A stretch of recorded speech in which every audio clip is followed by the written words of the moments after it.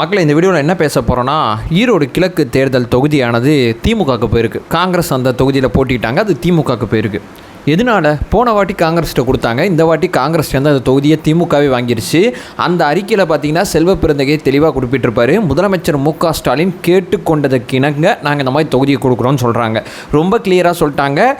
காங்கிரஸ் விட்டு கொடுக்கல, திமுக தான் கேட்டு வாங்கியிருக்கு. திமுக இந்த தொகுதியை காங்கிரஸ்லேருந்து கேட்டு வாங்குறதுக்கு அல்லது பறித்து கொண்டதுக்கு என்ன காரணம் அப்படிங்கிறது தேடி பார்த்தா நம்மளோட மூத்தவங்க பெரியவங்க சொல்லக்கூடிய சில காரணங்கள் அத்தனையுமே நம்ம கொஞ்சம் படித்து பார்த்தோம். நியாயமாகப்பட்ட 2 மிக முக்கியமான காரணங்களை இந்த வீடியோவில் ஷேர் பண்ணிக்க போகிறோம். இந்த வீடியோவில் இருக்க போகிறது அது மட்டும்தான். ஒன் பை ஒன்னாக தெளிவாக நம்ம பார்க்கலாம். உற்சாக வணக்கங்கள். வாங்க பதிவுக்குள்ளே போகலாம். இப்போ முதல் விஷயம் மக்களே, திமுக 2026 கூட்டணி கட்சிகளை அனுசரித்து போகும் அப்படிங்கிற மாதிரி ஒரு பின்பத்தை பெரிய லெவலில் கட்டமைச்சாங்க. திமுக கூட்டணி கட்சிக்கு திமுக இந்த முதல் செய்தியை பெரிய லெவலில் கொடுக்குறாங்க. தம்பி, நீங்கள் நினைக்கிற மாதிரி நான் கிடையாதுப்பா, நாங்கள் நினைக்கிறது தான் இங்கே நடக்கும். 2026 நிறையா கனவு கோட்டைகள் கட்டியிருந்தீங்கன்னா இந்த இடைத்தேர்தலே உடைக்கிறோம் அப்படிங்கிற ஒரு விஷயத்த சொல்கிறாங்க. உங்கள் எல்லாருக்குமே நல்லா ஞாபகம் இருக்கும், காங்கிரஸ் கட்சியோட தமிழ்நாடு கமிட்டியோட தலைவராக இருக்கக்கூடிய செல்வ பெருந்தகை அவர்கள் பெரிய லெவலில் பார்த்தீங்கன்னா இந்த இடைத்தேர்தல் அறிவித்த உடனே காங்கிரஸ் கட்சி இங்கே போட்டி போட போகுது. யார் யார் போட்டியிட விருப்பம் இருக்கவங்க பெரிய லெவலில் விண்ணப்பங்களை தலைமைக்கு அனுப்புங்க, நாங்கள் பார்த்துட்டு யார் வேட்பாளர் அப்படிங்கிற ஒரு விஷயத்த சொல்கிறோம் அப்படிங்கிற விஷயத்த சொன்னாங்க. அதே நேரத்தில் பார்த்தீங்கன்னா திமுக அந்த இடத்துல அமைதியாக இருந்தாங்க. அமைதியாக இருந்துட்டு திரைமறைவில் பார்த்தீங்கன்னா காங்கிரஸ் கட்சியோட நிறைய ஃபோன் கால்களை பெரிய லெவலில் பேசுனாங்க அப்படிங்கிறது பெரிய லெவலில் செய்திகளில் இருக்குது. முதலமைச்சர் மு.க. ஸ்டாலின் அவர்கள் தேசிய தலைமை முதற்கொண்டு தொடர்பு கொண்டு இந்த தொகுதியில் நாங்கள் நிற்கிறோம் அப்படிங்கிற ஒரு விஷயத்த சொல்லியிருக்காங்க. செல்வ பெருந்தகை அவர்கள் ஸ்மார்ட்டாக ஒரு மூவ் பண்ணார், பெரிய லெவலில் ஒரு வேலை பார்த்துட்டாரு, அறிவிச்சிட்டாரு. நிச்சயமாக காங்கிரஸுக்கு தான் அந்த தொகுதியை கொடுப்பாங்க, ஏன்னா பொதுவெளிக்கு வந்துருச்சு, காங்கிரஸ் வந்து டிக்ளேர் பண்ணிச்சு அப்படிங்கிற ஒரு விஷயத்தை பெரிய லெவலில் சொன்னாங்க. அதே நேரத்தில் பார்த்தீங்கன்னா முதலமைச்சர் மு.க. ஸ்டாலின் அவர்கள் தன்னுடைய யூகம் அடிப்படையில் நீங்கள் நினைக்கிறதுலாம் இங்கே நடக்காது பாஸ், நான் சொல்கிறது தான் இங்கே நடக்கும் அப்படின்னு சொல்லி திமுக கூட்டணி கட்சிகளுக்கு மத்தியில் என்ன கேட்காம எந்த முடிவு எடுத்தினா அது பொதுவெளிக்கும் போனாலும் நான் கூட்டணி கிட்டலாம் பற்றி கவலைப்பட மாட்டேன், கூட்டணிகளுக்கு நாங்கள் தான் தொகுதி கொடுக்கணும், நீங்கள் என்ன முடிவு பண்ணிக்கிறது? 25 தொகுதி உங்களுக்கு 2021 எலெக்ஷனில் கொடுத்தோம் தான். ஆனால் அடுத்த கட்ட எலெக்ஷனில் நடக்கும்போது அங்கே யார் போட்டி போடுறது, யார் நிற்கிறது அத்தனையுமே நாங்கள் முடிவெடுக்கணும், அல்லது எங்களை கேட்டு நீங்கள் முடிவெடுக்கணும். நீங்கள் தன்னிச்சையாக முடிவெடுத்தீங்கன்னா அந்த முடிவுக்கெல்லாம் திமுக ஒருபோதும் துணை போகாது அப்படிங்கிற ஒரு விஷயத்தை, கூட்டணி கட்சிகளோட சமரசம் கிடையாது அப்படிங்கிற ஒரு விஷயத்தை பெரிய லெவலில் இந்த இடைத்தேர்தல் மூலமாக இந்த வேட்பாளர் தேர்விலே ரொம்ப தெளிவாக முதலமைச்சர் மு.க. ஸ்டாலின் அவர்கள் டிக்ளேர் பண்ணிட்டாங்க. பொதுவெளிக்கு போனால் அசிங்கம் கிசிங்கம், நீ எங்கே போனாலும் நான் சொல்கிறதா இங்கே செய்ய முடியும் அப்படிங்கிற ஒரு விஷயத்தை திமுகவோட தலைவராக இருக்கக்கூடிய முதலமைச்சர் மு.க. ஸ்டாலின் அவர்கள் கூட்டணி கட்சி தலைவரை வச்சே அவரோட அறிக்கை மூலமாக, காலைல நீ தானே கொடுத்த, நைட்டு நீயே கொடு அப்படின்னு சொல்லி அந்த அறிக்கையும் செல்வ பெருந்தகை அவர்கள் தான் அந்த அறிக்கையை விட்டுருப்பாப்புல.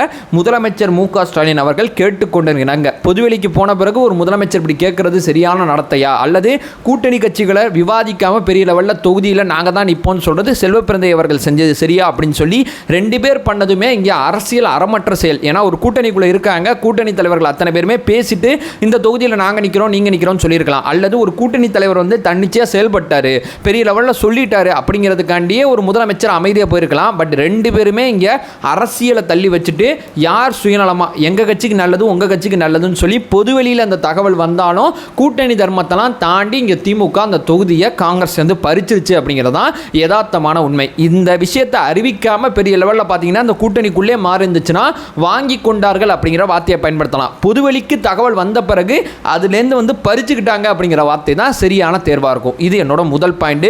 கூட்டணி கட்சி தலைவர்கள் திமுகவை கேட்காம எந்த விதத்திலையும் செயல்பட முடியாது அப்படிங்கிற விஷயத்தை கூட்டணி கட்சிக்கு திமுக புரிய வச்சிருக்கு அப்படிங்கிறதான் முதல் செய்தி.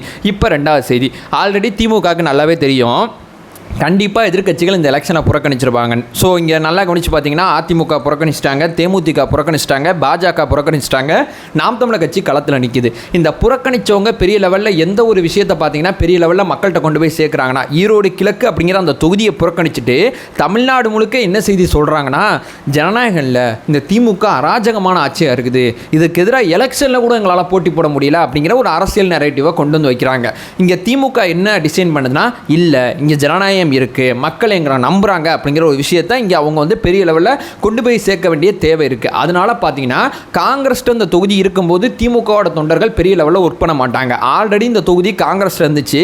அங்கே அந்த தலைவர் இறந்து போன பிறகு பெரிய லெவலில் பார்த்தீங்கன்னா அவங்களோட குடும்பத்தில் மிக முக்கியமான நபருக்கு அந்த பதவியை மறுபடியும் கொடுத்தாங்க. அவரும் இறந்து போன பிறகு பெரிய லெவலில் திமுக அந்த தொகுதியில் நிற்காம தொடர்ச்சியாக காங்கிரஸுக்கு தாரை வைத்தாங்கன்னா திமுக நினைக்கிற இந்த அஜெண்டா இருக்குது பார்த்தீங்களா, எதிர்க்கட்சிகள் என்ன அஜெண்டாவை கிரியேட் பண்ணுறாங்க, தமிழகத்தில் முழுக்க ஜனநாயகமே இல்லைங்கிற ஒரு அஜெண்டாவை கிரியேட் பண்ணுறாங்கல்ல, அந்த அஜெண்டாக்கு பெரிய லெவலில் ஃபைட் பண்ண முடியாது. நம்ம களத்துக்கு போனால் தான் நம்ம தொண்டர்கள் பெரிய லெவலில் ஜெயிக்க முடியும். இப்போ நம்ம தொண்டர்கள் நிறைய பேர் ஒர்க் பண்ணுவாங்க. ஏன்னா ஆல்ரெடி காங்கிரஸோட தலைவராக இருந்த EVKS இளங்கோவன் அவர்கள் ஜெயிச்சதுக்கு திமுகவோட களப்பணி தான் மிக முக்கியமானது. நம்ம களப்பணி ஆற்றுவோம், ஆனால் அவங்க ஜெயிப்பாங்க. இந்த வாட்டி நம்மளே நம்ம தொகுதியில் நின்னா மட்டும்தான் நம்ம தொண்டர்கள் சரியாக களப்பணி ஆட்டுவாங்க. இதன் மூலமாக ஜனநாயகமே இல்லை அப்படிங்கிற அந்த அரசியல் நரேட்டிவை எப்படி உடைக்கணும்னா, ஜனநாயகம் இருக்குது, வாக்குப்பதிவில் 80% வாக்குகள் திமுகவுக்கு விழுந்திருக்கு, 80% மக்கள் ஈரோடு கிழக்கு மக்கள் திமுகவை நம்பியிருக்காங்க அப்படின்னு சொல்லி எலெக்ஷன் முடிஞ்ச பிறகு முதலமைச்சரோட உரை இப்படிப்பட்டதாக தான் இருக்கும். ஸோ இங்கே ஜனநாயகம் இல்லையா ஜனநாயகம் இருக்கா அப்படிங்கிற ரெண்டு தூணுக்கு நடுவில் எக்ஸ்ட்ரீம் அரசியல் இங்கே நடக்குது. ஸோ இங்கே வலுவான வேட்பாளரை நிப்பாட்டினா மட்டும்தான் நம்மளால் ஜெயிக்க முடியும். ஸோ கூட்டணி கட்சியில் வலுவான வேட்பாளர் இருக்காங்களான்னா பெரிய லெவலில் இல்லை அப்படிங்கிறது திமுக நினச்சிருக்கலாம். பட் ஆனால் இப்போ தேர்ந்தெடுக்கப்பட்ட அந்த வேட்பாளராக இருக்கக்கூடிய சந்திரகுமார் இருக்கார் பார்த்தீங்களா, அவர் ஆல்ரெடி அந்த தொகுதியில் முதல் தடவையாக அந்த ஈரோடு கிழக்கு அப்படிங்கிற தொகுதி 2011 கிரியேட் பண்ணுறாங்க. அப்பயே வெற்றி பெற்றவர். அடுத்த எலெக்ஷனில் பார்த்தீங்கன்னா கட்சி மாறி தேமுதிகலாம் வந்து திமுகவில் போட்டி போட்டவர். 2021 காங்கிரஸுக்கு இந்த தொகுதியை கொடுத்துட்டாங்க. அடுத்ததாக பார்த்தீங்கன்னா ஆல்ரெடி இந்த தொகுதியில் பரிச்சயமான ஒருத்தரை மீண்டும் களம் இறக்குறாங்க. இதன் மூலமாக வலுவான வேட்பாளர் திமுக கூட்டணியில் இருக்காங்க, அதுவும் திமுகட்டே இருக்காங்க. காங்கிரஸ் கட்சியில் வலுவான வேட்பாளர் இல்லை. ஆல்ரெடி நிப்பாட்டினா வலுவான வேட்பாளர் இறந்து போயிட்டாரு. மீண்டும் ஒரு வலுவான வேட்பாளரை நிப்பாட்டணும்னா அது காங்கிரஸில் இல்லை, திமுகவில் தான் இருக்குது. ஸோ ஆல்ரெடி இந்த தொகுதி மக்களுக்கு பரிச்சயமான, ஆல்ரெடி இந்த தொகுதி மக்கள் வெற்றி வாகை கொடுத்த ஒரு முகத்தை இங்கே நிப்பாட்டி ஜனநாயகம் இருக்குது ஜனநாயகம் இல்லை அப்படிங்கிற அந்த சண்டைக்குள்ளே திமுக ஈடுபட போகுது. ஸோ கூட்டணி கட்சிகள் மக்களை வந்து இந்த தேர்தலை புறக்கணிக்க சொல்லக்கூடிய ஒரு பிரச்சாரத்தை முன்னெடுப்பாங்க. தனித்து நிற்குது நாம் தமிழர் கட்சி, நாம் தமிழர் கட்சி விசஸ் திமுக அப்படின்னு சொல்லி களத்தில் இருக்குது. அண்ணன் சீமான் அவர்களோட களப்பணி இங்கே ரொம்ப ரொம்ப அதிகமாகவே இருக்கும் இந்த எலெக்ஷனில். ஏன்னா போன வாட்டியே அவர் நிறைய பண்ணாப்புல, இந்த எலெக்ஷனில் கம்பல்சரி ரொம்ப அதிகமாகவே இருக்கும். ஒரு பக்கம் திமுகவோட களப்பணி, ஒரு பக்கம் நாம் தமிழர் கட்சியோட களப்பணி, ஒரு பக்கம் பார்த்தீங்கன்னா எதிர்க்கட்சிகள் அத்தனை பேருமே ஜனநாயகமே இல்லை அதை புறக்கணிச்சிடலாம் அப்படிங்கிற களப்பணி. இந்த 3 பேருக்குள்ள யார் பெரிய லெவலில் வெற்றி பெறாங்க அப்படிங்கிறது வாக்கு எண்ணிக்கை அடிப்படையில் கிடையாது, எவ்வளவு ஓட்டுக்கள் வாங்கி யார் சொல்கிறது உண்மை அப்படிங்கிறது ப்ரூவ் பண்ணுறாங்க. திமுக சொல்கிறது உண்மைனா 80% வாக்குகளை திமுக இங்கே வாங்கணும். அதிமுக அல்லது பாஜக போன்ற எதிர்க்கட்சிகள் சொல்கிறது உண்மைனா பெரிய லெவலில் பார்த்தீங்கன்னா மக்கள் இந்த எலெக்ஷனை புறக்கணிக்கணும். மூணாவது பார்த்தீங்கன்னா நாம் தமிழர் கட்சி வழக்கமாக ஒரு 10,000 12,000 வாக்கு வாங்காமல் டக்குன்னு ஒரு 50,000 வாக்கு 60,000 வாக்கு வாங்கினாங்கன்னு வைங்களேன், நாம் தமிழர் கட்சி வளருது அப்படின்னு சொல்லி சீமான் சொல்லக்கூடிய விஷயம் பெரிய லெவலில் தமிழகத்தில் எடுபடும். ஸோ ரொம்ப முக்கியமான தேர்தலாக அந்த ஈரோடு கிழக்கு அப்படிங்கிற தேர்தல் இருக்குது. தாவேக்கா ஆல்ரெடி புறக்கணிச்சிட்டாங்க. அவங்க வந்து அவங்க போகிற பாதை தான் ரொம்ப சரியானது. ஏன்னா வரும்போது ஒரு பெரிய பின்பத்தோடு வராங்க, பெரிய பின்பத்தோட பெரிய எலெக்ஷனை ஃபேஸ் பண்ணுறது தான் ரொம்ப சரியானதாக இருக்கும். ஸோ விஜய் அவர்களோட மூவ் இங்கே அட்டகாசமாக இருக்குது. ஸோ மற்றவங்களோட சைடு என்ன, யார் எடுத்த டிசிஷன் மேக்கிங் ரொம்ப சரியாக இருக்குது அப்படிங்கிறத நம்ம பொறுத்து தான் பார்க்கணும். அதை சொல்லிட்டு இந்த வீடியோ என் பண்ணிக்கிறேன். நம்ம சேனலை ஃபர்தராக ஃபாலோ பண்ணிங்கன்னா பொலிட்டிக்கல் சார்ந்து பல்வேறு விஷயங்களை பற்றி ரொம்ப தெளிவாக பேசிகிட்டு இருக்கோம். நம்மளோட ஒரே நோக்கம் அறியாமை அகற்ற வேண்டும், அறியாமை அகற்றப்பட வேண்டும். Thank you so much.